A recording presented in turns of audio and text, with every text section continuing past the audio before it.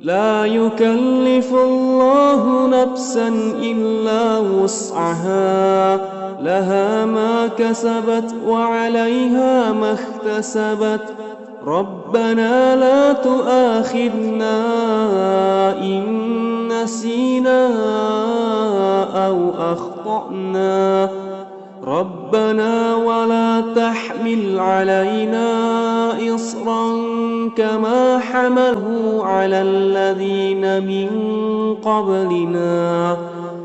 ربنا ولا تحملنا ما لا طاقة لنا به، واعف عنا واغفر لنا وارحمنا، أنت مولانا فانصرنا على القوم الكافرين.